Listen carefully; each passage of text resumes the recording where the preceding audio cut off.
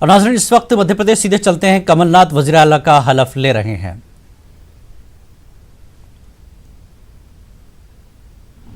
महोदय, कृपया अब आप नियुक्त मुख्यमंत्री जी को गोपनीयता का शपथ ग्रहण कराएं।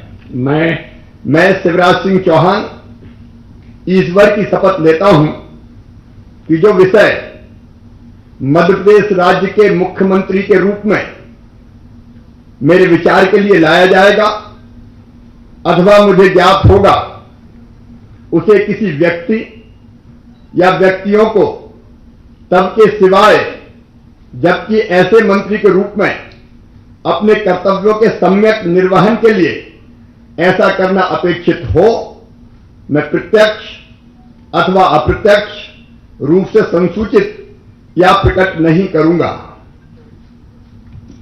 माननीय राज्यपाल महोदय, आज की कार्रवाई समाप्त घोषित करने के लिए क्या आपकी अनुमति है?